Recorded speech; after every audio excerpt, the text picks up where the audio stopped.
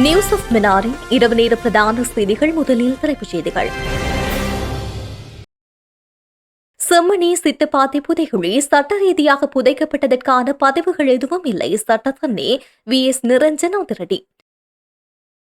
பாடசாலைகளில் 2ஆம் கல்வி தவணை இன்று நிறைவு. 3ஆம் தவணை தொடர்பில் கல்வி அமைச்சு முக்கிய அறிவிப்பு. நீதிமன்றத்தில் ஆஜராக தவறிய விவகாரம் நாடாளுமன்ற உறுப்பினர் அர்ஜுனா ராமநாதனுக்கு மீண்டும் பிடியாணை. தையிட்டி திசவிகாரை காணி பிரச்சினை மக்களுக்குரிய காணி மக்களுக்கே வழங்கப்படும். அமைச்சர் ஹினிது சுனில் செனவி அறிவிப்பு. கடத்தப்பட்டு படுகொலை செய்யப்பட்ட சீன நாட்டவர் கட்டுநாயக்காவில் 2 கைது. அமெரிக்காவின் புதிய வரி கொள்கை இலங்கை ஏற்றுமதி துறையில் மீண்டும் எகிரிய சபா. தொடர்வது விரிவான செய்திகள். யாழ்ப்பாணம் செம்மணி சித்துப்பாத்தி இந்து மயானத்தில் கண்டறியப்பட்டுள்ள மனித புதைகுழிகளில் சட்ட ரீதியான சடலங்கள் புதைக்கப்பட்டமைக்கான எந்தவொரு பதிவுகளும் மயான சபையிடம் இல்லை என்று சட்டத்தரணி VS நிரஞ்சன் தெரிவித்துள்ளார். 3ஆம் கட்ட அகழ்வு பணிகளின் 41வது நாள் நடவடிக்கைகளின் பின்னர் ஊடகங்களுக்கு கருத்து வெளியிட்ட போதே அவர் இந்த அதிர்ச்சி தகவலை பகிர்ந்து கொண்டார். அவர் மேலும் குறிப்பிடுகையில், குறித்த மயானமானது ஒரு இந்து மயானம் என்பதால் இங்கு சட்ட ரீதியான அடக்கங்களும் இடம்பெற்றிருக்கலாம். இருப்பினும் தற்போது மீட்கப்பட்டு வருகின்ற அதிக எண்ணிக்கையிலான மனித எலும்புக்கூடுகளை பார்க்கும்போது இங்கு ஏதோ ஒரு குற்றம் நிகழ்ந்துள்ளதாகவும் சடலங்கள் மிக அவசரமாக புதைக்கப்பட்டதாகவும் சாதாரண பார்வையிலேயே தெளிவாக தெரிகின்றது என்று குறிப்பிட்டுள்ளார். அகழ்வு பகுதியில் மீட்கப்பட்ட சில மனித எலும்புக்கூடுகளில் ஆடைகள், சவப்பட்டியின் பாகங்கள் மற்றும் உடற்கூட்டு பரிசோதனை சாட்சியங்கள் காணப்பட்ட போதிலும் அவை இங்குதான் அடக்கம் செய்யப்பட்டன என்பதற்கான பதிவுகள் மயான நிர்வாகத்திடம் இல்லை. அதேவேளை இது குறித்து வைத்தியசாலையின் தரப்பை அணுகிய போது அவர்கள் இந்து மயானத்தின் சடலங்களை சேர்ப்பதில்லை என்றும் தங்களது தேவைகளுக்கு கோம்பையன் மணல் மயானத்தையே பயன்படுத்துவதாகவும் தெளிவுபடுத்தியுள்ளனர். எனவே இந்த மனித புதைகுழி தொடர்பில் மேற்கொள்ளப்பட்டு வருகின்ற அறிவியல் மற்றும் தடயவியல் ஆய்வுகளின் முழுமையான அறிக்கைகள் வெளிவந்த பின்னரே இங்கு புதைக்கப்பட்டவர்கள் யார் மற்றும் என்ன நடந்தது என்பது குறித்து தெளிவான உண்மைகளை வெளிப்படுத்த முடியும் என்றும் அவர் சுட்டிக்காட்டினார். இது ஒரு இந்து மயானம். இதில் சட்ட ரீதியான புதைத்தல் நடைபெறலாம். அதாவது சிறுவர்கள் என்று சொன்னால் இதில் பெர்மிஷன் எடுத்து அதுக்கான அமைப்புகள் நடைபெற்றிருக்கிறது. 1-2 விதிவிலக்கான விடயங்கள். ஆனால் அதிகமானதை பார்க்கும்போது எங்களுக்கு இது ஒரு குற்றம் நடந்தது, அவசரமாக புதைக்கப்பட்டதெல்லாம் தெளிவாக எங்களோட சாதாரண கண்களுக்கு தெரிகின்றது. இது சம்பந்தமாக அறிக்கைகள் வந்த பிற்பாடு தான் இது சம்பந்தம் சொல்லக்கூடியதாக இருக்கும். புதைகுழி 1, புதைகுழி 2 என்று இருந்தது. இந்த 2ல் தான் பல உடலங்கள், மனித எலும்புகள் சட்ட ரீதியாக புதைக்கப்பட்டதுக்கான ஆடைகளோடு சவப்பெட்டிகளோடு காணப்பட்டதை காணப்படுகிறது. சில இடங்களில் போஸ்ட்மார்ட்டம் செய்ததற்கான அறிக்கைகளும் காணப்படுகிறது. ஆனால் அந்த தவறு அவைகள் அனைத்தும் இங்கு புதைக்கப்பட்டதுக்கு இந்த இந்து மயான சபையினரிடம் அறிக்கைகள், பதிவுகள் இல்லை. ஆனால் வைத்தியசாலையில் அணுகும் போதும் அவர்கள் இந்த மயானத்தை தங்களுடைய புதைத்தல் சம்பந்தமாக பயன்படுத்துவதில்லை. கோம்பியன் மயானம் போன்ற மயானங்களை தான் அவர்கள் புதைப்பதற்கான இடமாக தெரிவு செய்கிறோம் சொல்லப்பட்டிருக்கிறது. அரசாங்கம் மற்றும் அரசாங்கத்தால் அங்கீகரிக்கப்பட்ட சிங்கள மற்றும் தமிழ் மொழி மூல பாடசாலைகளுக்கான 2026ஆம் ஆண்டின் 2ஆம் கல்வி தவணை இன்றுடன் நிறைவடைவதாக கல்வி அமைச்சு உத்தியோகபூர்வமாக அறிவித்துள்ளது. கல்வி அமைச்சினால் வெளியிடப்பட்டுள்ள விசேட அறிக்கையிலேயே இந்த தகவல் தெரிவிக்கப்பட்டுள்ளது. இதன்படி சிங்கள மற்றும் தமிழ் மொழி மூல பாடசாலைகளுக்கான 3ஆம் கல்வி தவணையின் முதல் கட்டம் எதிர்வரும் திங்கட்கிழமை முதல் மீண்டும் ஆரம்பமாக உள்ளது எனவும், விடுமுறைக்கு பின்னர் பாடசாலை நடவடிக்கைகள் வழமை போல சுமூகமாக நடைபெறுவதற்கான அனைத்து ஏற்பாடுகளும் பூர்த்தி செய்யப்பட்டுள்ளதாக கல்வி அமைச்சு சுட்டிக்காட்டியுள்ளது. இதேவேளை முஸ்லிம் பாடசாலைகளுக்கான 2ஆம் கல்வி தவணை எதிர்வரும் ஜூலை 31ஆம் தேதியுடன் நிறைவடையும் என அறிவிக்கப்பட்டுள்ளது. இதைத் தொடர்ந்து முஸ்லிம் பாடசாலைகளுக்கான 3ஆம் கல்வி தவணையின் முதல் கட்டம் ஆகஸ்ட் மாதம் 3ஆம் தேதி திங்கட்கிழமை மீண்டும் ஆரம்பமாகும் என கல்வி அமைச்சு வெளியிட்டுள்ள அறிக்கையில் மேலும் தெரிவிக்கப்பட்டுள்ளது. யாழ்ப்பாண மாவட்ட சுயேட்சை நாடாளுமன்ற உறுப்பினர் மருத்துவர் அர்ச்சனா ராமநாதனை கைது செய்து நீதிமன்றத்தில் முன்னிலைப்படுத்துமாறு கொழும்பு கோட்டை நீதவான் நீதிமன்றம் அதிரடி பிடியாணை பிறப்பித்து உத்தரவிட்டுள்ளது. காவல்துறை அதிகாரிகளின் சட்டப்பூர்வமான கடமைகளுக்கு இடையூறு விளைவித்த குற்றச்சாட்டு தொடர்பான வழக்கு விசாரணைக்கு வந்தபோது அவர் சமூகம் அளிக்காததால் இந்த நடவடிக்கை எடுக்கப்பட்டுள்ளது. கொழும்பு கோட்டை காவல்துறை அதிகாரிகளால் தாக்கல் செய்யப்பட்ட வழக்கு விசாரணைக்கு எடுத்துக் கொள்ளப்பட்ட போதிலும் நாடாளுமன்ற உறுப்பினர் அர்ச்சனா மன்றில் முன்னிலையாகவில்லை.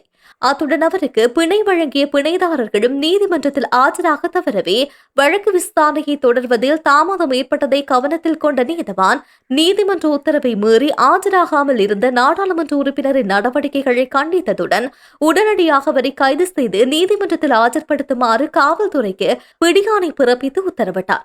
அத்துடன் பிணை உத்தரவை மீறிய பிணைதாரர்களுக்கு எச்சரிக்கை விடுக்கப்பட்டதுடன் ஏற்கனவே பல்வேறு சட்ட ரீதியான சர்ச்சை விவகாரங்களில் சிக்கி நீதிமன்ற நடவடிக்கைகளை எதிர்கொண்டு வரும் MP அர்ச்சுனா ராமநாதனுக்கு தற்போது மீண்டும் கோட்டை நீதவான் நீதிமன்றத்தினால் பிடியாணை பிறப்பிக்கப்பட்டிருப்பது வடபுல அரசியல் சூழலிலும் சமூக ஊடகங்களிலும் பெரும் பரபரப்பையும் விவாதத்தையும் ஏற்படுத்தியுள்ளது. யாழ்ப்பாணம் வலிகாமம் வடக்கு தையட்டி பகுதியில் அமைந்துள்ள திஸ்ஸவிகாரை தொடர்பான காணி சர்ச்சைகளுக்கு தீர்வு காணப்பட்டு மக்களுக்கு சொந்தமான நிலங்கள் மக்களுக்கும் விகாரைக்கு சொந்தமான நிலம் விகாரைக்கும் பிரித்து கொடுக்கப்படும் என புத்த சாஸ்திர சமய மற்றும் கலாச்சார அலுவல்கள் அமைச்சர் பேராசிரியர் ஹினிதும சுனில் செனவி தெரிவித்துள்ளார். அனைத்து தரப்பினரையும் உள்ளடக்கிய உயர்மட்ட பேச்சுவார்த்தைகள் மூலமே இந்த விவகாரத்துக்கு தீர்வு காணும் பணிகள் தீவிரமாக முன்னெடுக்கப்பட்டு வருவதாகவும் அவர் குறிப்பிட்டுள்ளார். இது தொடர்பாக அரசாங்கம் முன்னெடுத்துள்ள நடவடிக்கைகள் குறித்து விளக்கிய அமைச்சர் நீதி அமைச்சர் வடமாகாணத்தை பிரதிநிதித்துவப்படுத்தும் கடற்தொழில் அமைச்சர் ராமலிங்கம் சந்திரசேகரன், வடக்கு மாகாண ஆளுநர், மாவட்ட செயலாளர் மற்றும் பிரதேச செயலாளர் உள்ளிட்ட முக்கிய அதிகாரிகளை நாடாளுமன்றத்துக்கும் அமைச்சுக்கும் பலமுறை அழைத்து விரிவான ஆலோசனைகள் நடத்தப்பட்டுள்ளதாக தெரிவித்தார். அத்துடன் பாதிக்கப்பட்ட காணி உரிமையாளர்களை நேரில் சந்தித்து அவர்களின் கருத்துக்களும் கேட்டறியப்பட்டுள்ளதாகவும் அவர் கூறியுள்ளார்.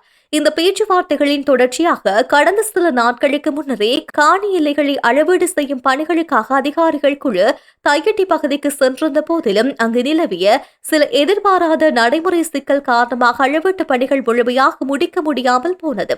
இருப்பினும் எழும் அனைத்து முரண்பாடுகளையும் சுமூகமாக தீர்த்து காணிகளின் உண்மையான உரிமையாளர்களான மக்களுக்கு சொந்தமான நிலங்களை அவர்களிடம் பாதுகாப்பாக ஒப்படைப்பதே அரசாங்கத்தின் முதன்மை நோக்கம் என அமைச்சர் தெளிவுபடுத்தினார்.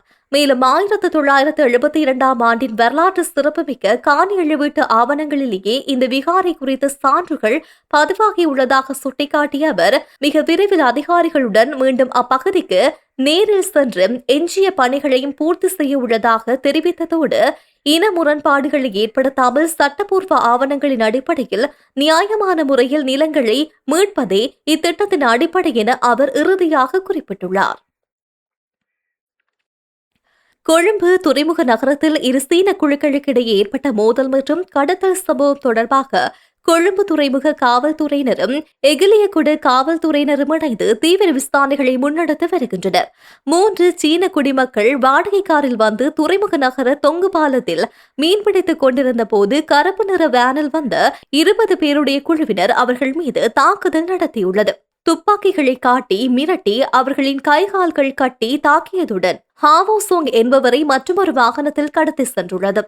தாக்குதலுக்கு இலக்கான இருவரும் தங்களை தாங்களே விடுவித்துக் கொண்டு காவல் நிலையத்தில் முறைப்பாடு அளித்த நிலையில் எகிலியகுட கரத்தனா வனப்பகுதியில் ஹாவோ சோங் பலத்த காயங்களுடன் சடலமாக கண்டெடுக்கப்பட்டுள்ளார். சடலமாக மீட்கப்பட்டவரின் கைகளும் கால்களும் கட்டப்பட்டு கற்களால் மூடப்பட்டிருந்ததாக காவல்துறையினர் உறுதிப்படுத்தியுள்ளனர். காயமடைந்த இருவரும் தனியார் மருத்துவமனையில் சிகிச்சை பெற்று வரும் நிலையில் மீட்கப்பட்ட உடல் அடையாளம் காணப்பட்டுள்ளது.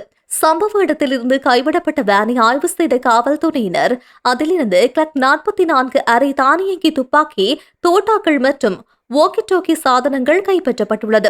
அத்துடன் கடத்தலுக்கு பயன்படுத்தப்பட்ட மற்றொரு வாகனத்தையும் காவல்துறையினர் மீட்டுள்ளதுடன் அந்த வேன் அம்பாந்தோட்டையைச் சேர்ந்த ஒருவரது பெயரில் பதிவு செய்யப்பட்டது தெரியவந்துள்ளது. இந்த கொலை சம்பவத்துடன் தொடர்புடைய சந்தேக நபர்களை பிடிப்பதற்கு காவல்துறையினர் தீவிர நடவடிக்கைகளை எடுத்த நிலையில் நாட்டிலிருந்து தப்பி செல்ல முயன்ற இரு சீன நாட்டினரை கட்டுநாயக்க விமான நிலையத்தில் வைத்து பாதுகாப்பு படையினர் கைது செய்துள்ளனர். அமெரிக்காவுக்கு ஏற்றுமதி செய்யப்படும் பொருட்களுக்கு புதிய வரிகளை விதிக்கும் ட்ரம்ப் நிர்வாகத்தின் தீர்மானம் இலங்கை உள்ளிட்ட 60 வர்த்தக பங்காளி நாடுகளிடையே பெரும் பரபரப்பை ஏற்படுத்தியுள்ளது. கட்டாய உழைப்பு தடுப்பு விதிகளை சரியாக நடைமுறைப்படுத்தப்படவில்லை என்று கூறி அமெரிக்க வர்த்தக பிரதிநிதி அலுவலகத்தினால் மேற்கொள்ளப்பட்ட செக்ஷன் 301 விசாரணை அறிக்கையின் அடிப்படையில் இந்த நடவடிக்கை முன்னெடுக்கப்பட்டுள்ளது. முன்னதாக தேசிய அவசரகால சட்டத்தின் கீழ் விதிக்கப்பட்ட பரஸ்பர வரிகளை அமெரிக்க உச்சநீதிமன்றம் ரத்து செய்ததை தொடர்ந்து அவசர சட்டத்தின் கீழ் விதிக்கப்பட்ட தற்காலிக 10% வரி முடிவுக்கு வந்துள்ளது. அதற்கு மாற்றீடாக ஜனாதிபதி டொனால்ட் டிரம்பின் உலகளாவிய வரி கொள்கையின் புதிய கட்டமாகவும் இந்த வரி அமலுக்கு வருகின்றது. இதன் கீழ் இலங்கை, இந்தியா, பங்களாதேஷ் உள்ளிட்ட 17 நாடுகள் 10% பிரிவிலும் சீனா உள்ளிட்ட ஏனைய நாடுகள் 12.5% வரி பிரிவுக்கு சேர்க்கப்பட்டுள்ளது. இலங்கையின் மிகப்பெரிய ஏற்றுமதி சந்தையாக அமெரிக்கா திகழும் சூழலில் இந்த புதிய வரி விதிப்பானது நாட்டின் பொருளாதாரத்துக்கு, குறிப்பாக ஆடை ஏற்றுமதி துறைக்கு கடுமையான சவாலை ஏற்படுத்தக்கூடும் என்று பொருளாதார வல்லுநர்கள் எச்சரிக்கின்றனர்.